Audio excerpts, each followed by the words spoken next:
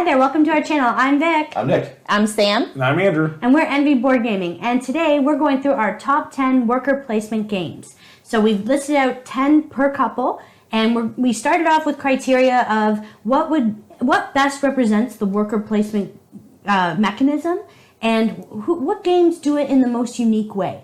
Because it's one thing to just put out a meeple and get some resources, and that's all you're doing, or you're occupying spots. That's not really what we were focusing on so much, but there may be games that have that. But we were trying to find the best games that really showcase this mechanism the best. Yeah, I think the key was that you don't want your top 100 and just look through it and order it. You know, so that's my favorite worker placement game because it's my number one or whatever. So a lot of these aren't even on our top 100, top 50. But they're just like, this mechanism really shines in this game. So don't just look at our top 100 and think you already have it figured out. All right, You're wrong. We'll pass it to you guys. Yeah. So our number 10 is going to be Targi. So Targi, we really like, if you're not familiar with it, it's like a grid of cards, and you're going to be setting up your workers around the edge, and where they intersect is you're going to get where your workers are at, and where they intersect is where you're going to get. But I also like that not only are you blocking the space where you put your worker, but also the opposite of it. So it adds a little bit extra dilemma, and the whole crisscross kind of thing. I like that. It just gives it a little bit different taste when it comes to that worker placement, that you're just kind of drawing those lines. So yeah, that's why it's our number 10. It doesn't really put too much of a spin on that worker placement, but enough to make it to number 10, I think. I think it makes it interesting for sure, and that I didn't mean it was an exhaustive list of criteria, but I was just trying to, reframe how we're presenting this video, and I found Targi to be really unique in that way in the blocking. Yeah, it is, and it's our number 10 too. Yeah. Oh, nice. Also, I'll just add, it's a two-player only game, so that's unique in itself. A worker placement that only functions with two players, and it has a nice expansion, which is actually like a 2.0 or 1.5, let's say. It's the same game, just totally adds different cards and everything, so you can't really just...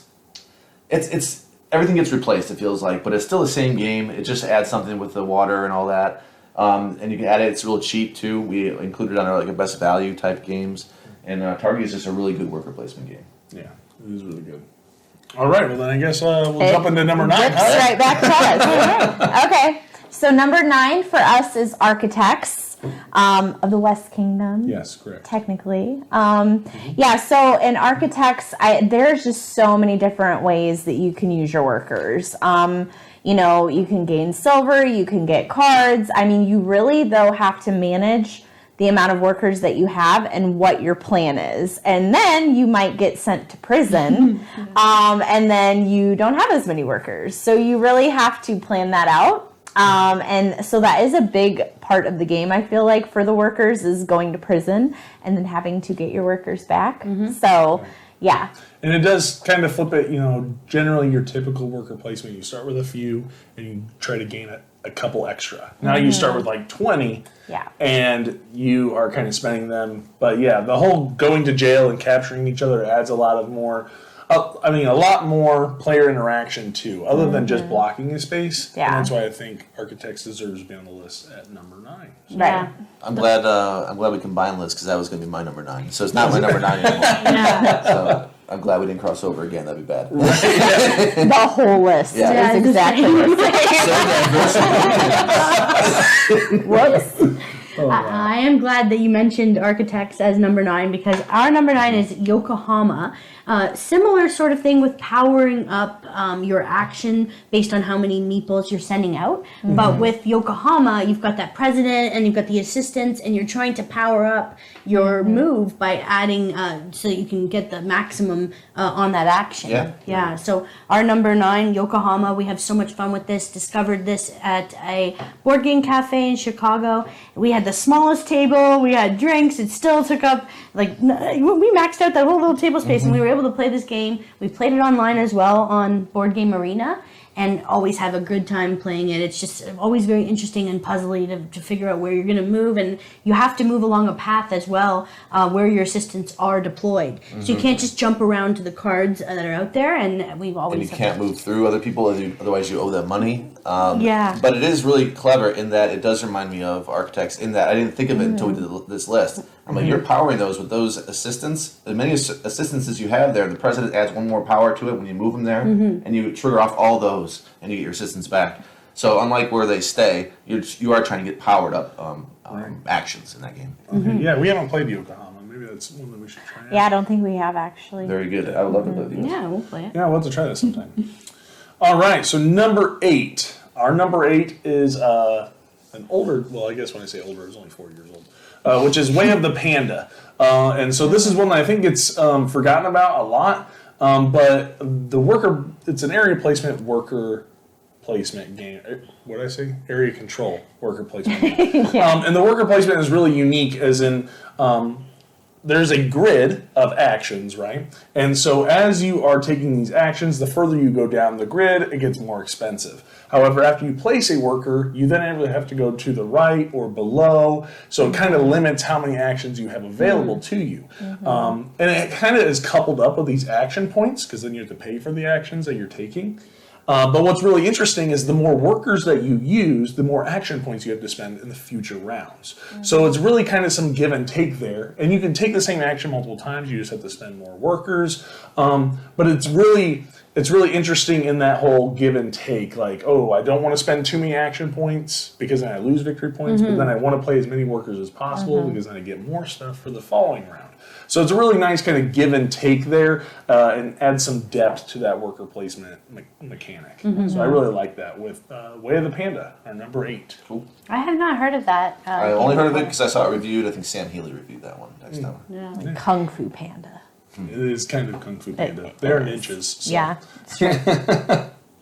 Our number 8 is a game of, it takes a different approach to worker placement in that you're actually using cards instead of little meeples or tokens or cubes to go out. They are your workers, the cards. And this game is Gu Gong, a game of bribing politicians with gifts. You have cards and you are hoping that you can get these more cubes in the next phase by matching the numbers on the dice. Because you ultimately, when you place down a gift, you have to pick up that card, and then that will determine what actions you're going to have. Ultimately, what things you can afford to do in the next round. So it's really integral that you're playing this game of exchanging gifts, but you also have to monitor the number. You have to give a gift that's better than the one that's out there. So there's a lot to it, and it's just such an interesting way to do worker placement. Because at first, when we were going through this list, I even forgot that the workers were the cards, and it sounded like, duh, yeah. So are the workers. Yeah, Right. because I was thinking And of the the little... servants are not. They're like a resource. Yes. So I thought about the cubes, and I said, oh, it's about the servants. And he's like, no. Oh, yeah, of course. So that was our number 8, Gu Gong. Yeah, I forgot about that one. We have played that with you guys. Yeah. Yep. All right, number 7. I believe that is both of us. Maduris. Yes. Haba family game. So Maduris, do you want me to talk about it? Yeah, you can start. I'll add to it, you know. So Maduris, the worker placement is really unique because in the middle you have 4 different areas that you can go that are going to provide you with a resource. However, these workers are stacking on top of each other. Yeah. So you can go somewhere, but if you're the only worker there, you're only going to get like 1 resource for that area. And then at the next person, they're going to stack their worker on top of you. And you can go as much as I think like 3 high. So whoever's on top gets 3 of that resource, the middle gets 2, and then 1. So it adds a little bit more strategy. Like, oh, I might really need, wood or stone or whatever. But if I'm the only one there, it's not as beneficial. I kind of want other people to be there because then I can jump on top. Yeah. Or I might move out from under other people and it kind of brings them down and they go somewhere else. So it's a really interesting kind of give and take, and I like the idea of where I'm taking these workers and stacking them on top of each other. And yeah, it's weird that you want more people to be there because it's not something usually in a worker placement like, don't take my spot, don't take my spot. Yeah. And this one I'm like, go ahead, I want you to go there. Yeah, and then you want to hop on top. I think it just looks funny, like they're all stacked on top of each other like a little circus, you know? And I think you can even go higher than 3. I can't remember. Yeah. But yeah, it's a good one. How do you feel about that box art from Maduris? I like it. Yeah. I like the box art. It's got like the little druid on it and It feels like a thing of its time. It feels old. Like It does, yes. All right. Our number 7 is a game that has a ton of choices, and it's very interesting what it's doing. It is called A Feast for Odin. So, and you add the expansion, it's even more choices with Norwegian's expansion. And you're just overwhelmed at first, maybe, because you just see all these worker placement spots and you don't know what's going on. Well, a lot of it's trading for different things, and you're filling out this huge board of polyomino pieces. It's also clever that as you're pulling Vikings from the board at the feast table, that thematically you have to feed more people, but that just means you have to fit more polyomino pieces, and they alternate between orange and red. So you have to alternate them too, and it's a really interesting mechanism, an interesting way that Uwe Rosenberg came up with feeding workers. And the worker placement is really, I can't think of a game that even comes close to that many worker placement spots. I can't even, not even half. Yeah, it's wild. It's insane. So it went on the list. It's my number 7, our number 7. Yeah, I really appreciate the polyomino aspect of it because I do like tile placement and polyomino games. I really like that part of it. So it's a big part of it. Yeah. Right. I think Way of the Pain only has like 25 to 30 worker placement spots. Not 60. Yeah, 60 at least. Yeah. With Norwegians, it might be closer to 70. I'm trying to think. Wow. Because remember they added that whole other column. Yeah. Yeah. Wow. All right, back to you, Sam. All right. So number 6 for us is viticulture. In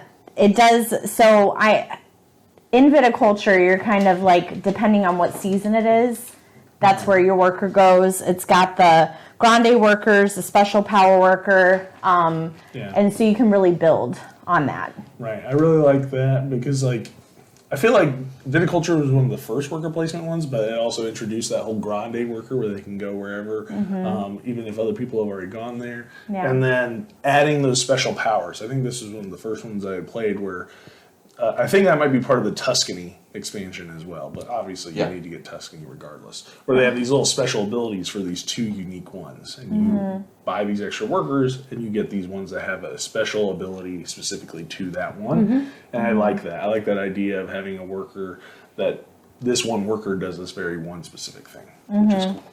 So, Yeah, really enjoy viticulture. I had it on my list before we merged our lists together. At number 6, a little bit of crossover. Definitely. I love the grande aspect and making that choice of when you're going to deploy that and the tension of seasons and like when you're going to end your season, move to the next one. If you're going to have enough workers. Because once you end, you're done. Yeah. You can be done in summer, and then you just got to, Yeah. Bad play. Sweating bullets. Or even like taking your first action determining your wake up spot and if you're going to grab that extra worker or where you're going to go. And then, it's a really great game. I love viticulture. Our number 6 is a game that you guys just borrowed from us. It is Dune Imperium. This game, it's interesting. It's a deck building game, but you're also worker placement is involved in it because every single worker that you deploy has a card that you need to play along with it to make you eligible to go to that spot. So you rely on the symbols to go to those places. So that's interesting. And then you have a combat aspect to it. You're purchasing cards. You're collecting some resources, but it's really minimal in the game. You're really just going for the spice or the coins. It's not like some other games where you're going out there for wood and stone and water and all these other bits. We really have a good time playing it at 2, and 4 is even better. Always a good time with Dune. Yep, Dune's good stuff. All right, number 5. We are gonna keep riding this Stonemaier train because our number 5 is Charterstone. And I'm gonna just preface this. I'm gonna spoil it because it is only gonna make sense since I'm talking about worker placement, and that is because as you're playing, you're gonna unlock a bunch of stuff. So one little spoiler: that there are these minions that you unlock, which are again these special little workers that can only go to certain spaces and give you a very specific, unique thing when you go to those spaces. And I think that's so cool because the game comes with so many different minions that you unlock and that you get to play with. And I like this idea the kitty cats. the kitty cats or the little ghost guys or whatever. I can't remember what they're called, but like just these different little minions. And I think that's cool, just having different workers that do different things. And it's a legacy game. So, I mean, that's pretty unique in itself. And if you're looking to learn about worker placement, I think that's a great step in. You can learn about the mechanic and it builds off of it and continues. It's very basic, and I feel like it does build. Yeah. So, I mean, I like it because you unlock so many things, and you're like, ooh, like this is something new. And Right. Yeah. We played that at our friend Tim and Carrie. They had that game. I loved setting up a little Canada space and the pumpkin patch, and I had the kids. I had the pumpkin patch. Yeah, it was fun to mong pumpkins. Yeah, it was. Slinging some pumpkins. Yeah. Yeah. So that's it's our very number 5. cute. Yeah. Cool. All right, that one's me. My number 5, our number 5, it was actually the first one that came to my mind for this list, and it's Chimera Station. Because you're building out, all your workers are very unique. You're building them out. They're snapping together. Certain body parts do certain things. Like if you grow the leaves, they feed their own people. They can feed themselves because they eat their leaves. And if you throw a brain on them, they give you victory points. If you throw a crab on them, they can pick people off, off the spot, and they can actually use that spot. And there's other things too, like the tentacles, the yellow tentacles. So there's all different things you can build as attachments to your aliens. And they're eating green hamburgers. I remember that too. That's their food, green hamburgers in space. What game is this? Chimera Station. Oh, okay. Yeah, so it's a straight up worker placement spot, a worker placement game, and just those attachments, every worker is going to be so unique compared to your opponents and workers because you've done different paths. You decided what was more important to you and whatever. Also, that the worker placement spots, they span out because you can buy those worker placement spots that are along the bottom of the board and put them on the module and start. People can even use the ones you've put out there. And there's a lot of stuff going on, but it is a just straight up worker placement game. It's a really good one. Yeah, I enjoy it. I love that game. Underrated. It's very cute. I'll have to look at that one. Yeah, I've heard of it. We'll have to try it for sure. 4 hours. Yeah, right? Or we'll play. All right. So we're on to number 4, right? Yep. Yeah. All right. Number 4 is a game that we played one time, but the worker placement is so unique and awesome. I think it deserves on this list at our number 4, and that is Dwellings of Eldervale. Nice. So I really like Dwellings of Eldervale for a couple different reasons. One, because you're either placing out a worker into these realms, and as you're building wherever you put it, you're gonna trigger a certain event. And you again have these special workers. You have a warrior, a wizard, a dragon that does different things when you're placing them out. But what I really like is when you regroup them and you have like a tableau of these action adventure cards, you can place them and take specific actions. And some might be specifically for the dragon worker or for the warrior worker. And they just give you different things. And so it's almost like I feel like I'm placing my workers out and getting stuff, and then when I retrieve them, I put them on something and I get stuff back that way too. So I like that aspect. And not to mention that also your workers become dwellings and kind of help you earn victory points. So you got to kind of give and take. Do I earn points to get me closer to victory, or do I kind of save them so I can continue to take actions with these workers? So so number 4, Dwellings of Eldervale. I regret not thinking of that one because we only played it so briefly late at night that time on the Dice Tower cruise. Where the boat was rocking while we were playing it. Yeah. Yeah, I couldn't ignore it just because it was so unique in the worker placement. So Yeah. That was a rough night. I'm just thinking, I just had like a great flashback it was a of. good night. Number 4 for us is a game that I backed on Kickstarter. Had always loved the precursor Dinosaur Island. So this one takes a uniqueness beyond what Dinosaur Island offers, and Dinosaur World is our pick for number 4.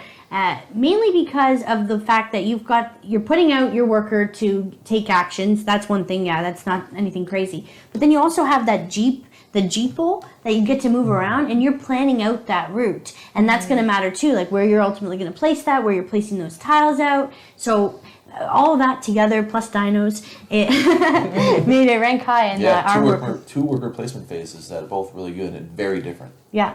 All right. Number 3, this will be the last one I start off. You can take the next 2. Okay. So number 3 is one that I'm sure everybody thought would be on my list, and that is Paladins of the West Kingdom. I'm not trying to dominate this list with Shem Phillips, but when I think of worker placement, I can't help but think of his games because he does so many of them, and he does do a unique twist on it. And with Paladins, the big thing for me when it comes to that are the different colored workers, right?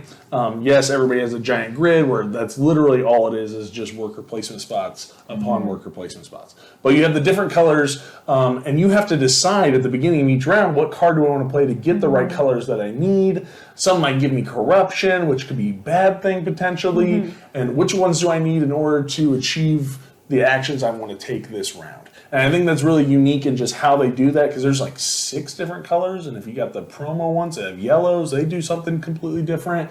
And so I like that, and I think you can probably see a trend where I like different colors do different things or different ability kind of things.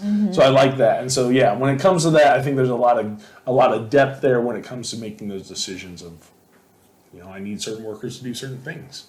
So yeah, so number 3, Paladins of the West Kingdom. Cool. All right, our number 3 game, the space theme, and it does use dice, but they're not your workers. It's not dice placement. I forgot to have it like at the beginning. We probably should have said we're not including any dice placement in this list. But your workers are not the dice from this game, but it is a key part. That's Beyond the Sun. Beyond the Sun is a big tech tree, and you're unlocking different worker placement spots as you go. You'll have access to things that other players don't because you went off and it branched off somewhere else that they didn't. And they're going to be jealous of you. You're going to be jealous of their actions because everyone has cool actions that they're doing based upon the way that they decided during the game. So you took it upon your own accord to build out the way you're going to, and it's just really cool in that way that you're unlocking things, it gets better and better, and you're also getting the draft between different actions you want when you place them. So you're going to see people that just start, oh, really, I want to do those actions. So they're going to start coming down the tree to you and doing those actions just so they can earn that right to do those cool actions too. It's so cool, and it's a really great worker placement game. It's our number 3. All right. So number 2 for us is Lost Ruins of Arnak. So you're spending, cards to travel to different places on the board. I mean, really, you don't get very many workers. So you do have to make a decision of where you would like to go. What cards do you have that are going to allow you to travel to those places? And I mean, there's a whole lot that you can do in that game, but I mean, you really have to pre-plan. And I think you could throw Dune Imperium in there with this one because specifically I like that whole, you're not just placing them in a spot, but you have to travel there and you have to have the right things in order to travel. And that's a different, unique thing. I need to have a plane or I need to have, jeeps or boats or whatever it is in order to get to the place that I want to go. I can't just be the first one there. I have to have the right means of travel to get there. And even if you throw in the expansion, it adds a little extra twist there for each individual person and how they use their workers. Whether that be I think the one that has little snack tokens and how you move around because you just have one worker. So it's really can be a little different in how it's played once you throw that expansion in there. And so so number 2 definitely Lost Ruins of Arnak, and I think you could throw Dune in there as well because they have that travel as well. Because even there's in the expansion of Lost Ruins of Arnak, there's that specific player that you get that extra worker, right? So someone give you an extra. Yeah, and I know that I don't know if I personally played that one, but I think the person we were playing with that they really were able to utilize that extra worker, because everybody else just had 2. Only 2, yeah. So it's a little different. I mean, in that Dune has its own phase where you're doing worker placement. That's pretty much all you're doing. I mean, then after that you have deck building, then you have the combat. But you're doing a whole phase of worker placement. In Lost Ruins, it's just a hodgepodge. I'm buying cards. I'm killing this guardian. I'm going to go up the discovery track. So there's so many things that you can do. That's why I just said, for this list, I'm going to go with Dune. If I was talking about resource management, I would go with Lost Ruins. But they're both excellent games and also worker placement. It was on my list, Yeah, it was on Vic's list. I do like that travel though, because Dune does the same thing. You have to have a specific symbol to go to a certain spot, and I do like that too. So that's why I was both of them could go there. I think Endless Winter's going to do that as well. Yes, that'd be awesome. Yeah, because it's not a matter of just I'm just going to go here because I feel like it. Card-driven actions. So our number 2 is a crossover with you guys. It's Paladins of the West Kingdom. Totally agree, ditto on the colors of the people and doing things. That's great. Having your own action space, your own tableau, but also those shared action spaces where you go and maybe you'll take some corruption, or maybe you'll do a trade and you get some debt, or it's all so interesting. Every time you play, you can really choose to carve your own path. What action spaces are you going to make easier going forward, because you can use the build action, develop, and get that area filled out so that you can start only placing maybe one worker there in the future. And then that card, the choice at the beginning of the round of what colors are you going to get, how that purple one is good for everything, but it gives you corruption. There's so many great things about that game, and no game is really the same. So we have a lot of fun with Paladins in the West Kingdom. And you throw in those King Orders. I forgot about the King Order cards. War worker placement.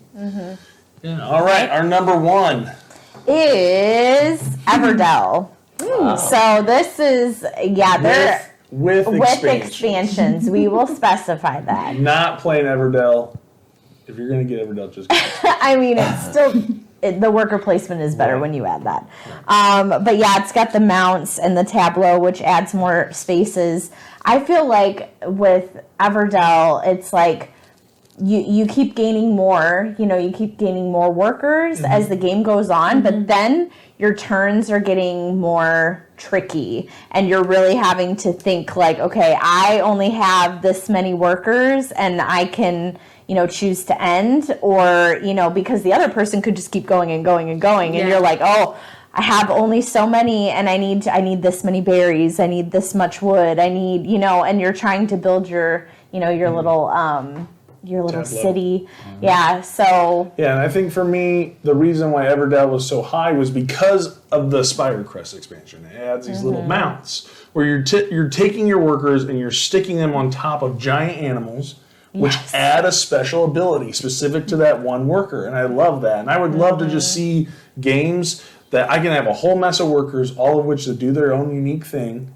Yes, that might be a lot to keep track of, but I like that idea of being able to upgrade my workers. That's why I think when you were talking about that Chimera Station, that's appealing to me, because I like that idea. I can personalize this to do exactly what I want it to do. And the same way I feel like with the worker plate, like you have the tableau, and you could have opened spaces, or you could have closed spaces for your workers, or even your opponents, and they might have to pay you or something to use those, and really kind of customize what kind of actions do I want to take in my own area and with my workers. So I like that, and I really hope that that's something that we can see in worker placement in the future, is more of those personalizing your workers to do what you want them. It's cool because it's unique to you, too, because I know there's even been times where those come out and you're like, I want that, and then you can't get it because it's not your turn. Give me the bear that likes the berries. Get the berries everywhere I go.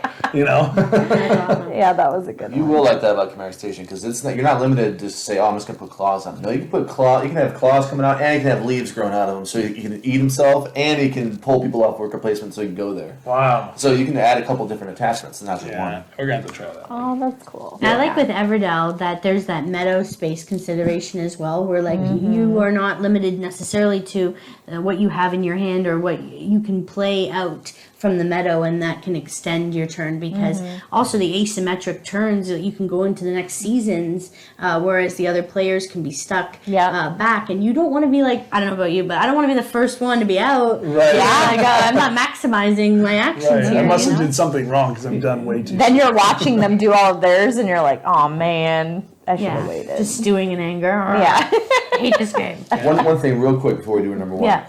I just want to bring it up. The Legend of Nirvana did a video for Top 10 Worker Placement a few months back, if you remember. And I commented that I was surprised they didn't put Everdell on the list. Or Miranda didn't, because Miranda likes Everdell. Right. And she commented back that if you think Everdell is a worker placement game, you're not playing Everdell right. And I was just like, and I remember commenting back, like I just woke up in a cold sweat and checked the rule book, and I'm definitely playing Everdell right. So it was just interesting that I don't know, it definitely is a worker placement game, but I guess maybe primarily a tableau building, but still. I mean, I get that for sure. I think it just enhances the expansions are really what enhance. I wonder if she didn't play Spire Quest. Yeah, I would be interested in that too, because I think the mounts. Oh man, if I could get mounts on everywhere, that'd be awesome to me. I want them to stand on a giant peacock or a falcon that takes, to me that's cool. And it's cool because you're like a squirrel riding a falcon, or you know what I mean? Like, how is that not amazing? Right. Or a giant mountain goat. Nick's gonna have fun placing images for this video. Yeah. Falcons. Find that. Submit the falcon. And that's 100% why it's Everdell. Yep. Yeah. Every meeple should have a mount. Yes. It's cool because our number one is one that I mentioned that we had just played. I didn't say what game it was, but we had just played it last night. I made sure that we got this to the table before this list because I had a feeling it made the list. Well, it made the list and it went straight up number one. The reason is the appearance, what you're doing, it's incredible. This is such a good example of worker placement. It's so interesting, and it's the precursor to Teotihuacan. It is Tzolk'in, the Mayan calendar. And it has all these spinning things, and you're moving counterclockwise. All the gears spin. There's 4 different gears on the outside. There's one in the middle. And after every turn, they spin. So your workers are spinning with it, and they're getting more and more powerful as long as you leave them there. So you're trying to get this balancing act. I need to remove these. And your actions are so simple. Your actions, you can either put workers on these tiles or take them off. You decide if you're going to put one there, you're going to put them all there, you're going to take one off, you're going to move them all off, but you cannot mix and match. I can't say I'm going to move that one and add that one. You do one or the other. Mm-hmm. It is really, really cool, and I can't wait to play this one more. I didn't even get to finish the game. I just want to make sure this one, I like this. This is awesome, what it's doing. I had a good feeling about this. It's going right to number 1. That's such a good worker placement mechanism. It's really cool. So many games, so little time. We did try to finish it. I even, in the middle of the night, we woke up. I was like, you want to just finish that? Well, because we were having fun. It was Yeah, all we set were, up. yeah. Like, we gotta go to bed. I gotta work. And there were other ones. Since we're done, there were other ones I really wanted to play. I want to play the Great Wall because I had a feeling that's gonna make the list. And I had a feeling that Anachrony would make the list. These two are ones that I actually have backed. Anachrony is one that's been out for a while, and so is the Great Wall. But they had reruns for those, reprints of those that are on Kickstarter. I backed both of those, so it'd probably like a year before I get to play either one of those. But I'll just mention that those had a chance, but I didn't get to play. Is there any ones that you had a feeling, like off the top of your head, anything that you had a feeling like, I know you said Great Wall might be one. Right. If you got to play it, it may have a chance. Yeah, it may. Yeah, that one would have. Any that, not that I can think of that might have had a chance. After the Empire, isn't that worker placement? Doesn't that? I know it's tower defense and all that. Oh yeah, I don't know if it is worker placement. Actually. It is- That would be it's- cool. That might be. It's if it under is. there, yeah. It's under that. If you get Board Game Geek, I know it is there, but I don't know the Okay. rules for that game, so I Right. couldn't write. Yeah. Yeah, I can't think of anything off the top of my head that is coming that would probably make the list. We had a few like honorable mentions. Okay. So like we thought Tiny Town, or not Tiny Town, Little Town. I always get those two mixed up with the title. Just because like it's almost like a map, and wherever you put your worker, you get resources based on what's all around you, and you're going to be buying up those buildings and kind of I like that little portion. Add something a little different, and like just. I even thought of like Atlantis Rising, just because it's a cooperative worker placement game, and so which I can't really think of a whole lot of those that are like that, other than maybe like Rising 5. Crusoe or Rising 5. Rising 5 does it. Okay, and so I like that game as well. Stone Age. That was the You first really like worker that one. placement game. I was like, we gotta put it on. I thought that there. might make it. Come Yeah. on. Yeah. I was curious. Yeah, I mean, you can make babies in there, you Yeah. know, with your workers. Yeah, you just make that as your point. You make babies. Make Yeah. sense. Donate. Right. What I Put a should've Jersey said. accent on there. Be really brief with it. Right. Babies. Yeah. Right. Right. 10. And you could throw like Raiders of the North Sea in there Yeah, as well. pick and pull. Pull one, yeah, pick and pull. Yeah, so I mean, that didn't make because I just thought Paladins and Architects were Can't do every single one. Right, yeah. So yeah, those were the ones that we thought. Yeah, those were Do honorable we have any? mentions. I know you had Viticulture. We had Lost Ruins. Yeah. What else did we have? You had Underwater Cities at a Fabled point. Fruit. Fabled Fruit We was really thought close. of because it really was close, but we had to pull it off. But the fact that it's like a legacy game in a sense of playing out the cards that aren't always going to be out there, and you're trying to be the first one to complete these smoothie drinks, and there's tension about going to a spot, and it's a It was lot our of- number 11, I would say for sure. Yeah. Fabled Fruit was probably number 11 because we both Yeah. had it on our list. And Underwater Cities, just because we love it, we're fanboys and girls. You picked it. I didn't even pick it. That's my I number, picked like, it, 2 game or 3 but game of all time. I know he really likes it as a game, so Yeah, it's awesome. it is. You do worker placement in that, but it is a pretty straight up worker placement. Nothing wild. Right. It is a card driven one though. Another Yeah. one that you have to use the cards. Yeah. You don't have to, but it's optimal. Yeah. Yeah. You'd be a fool not to. You'd be a fool not to do it. You're an idiot. All right. Thank you so much for watching this video. Let us know in the comment section below if you have a favorite worker placement game or games that you feel really play up the mechanism the best. And like this video if you enjoyed it. Subscribe to our channel for more great lists. We'll see you next time. Hey, goodbye. Bye.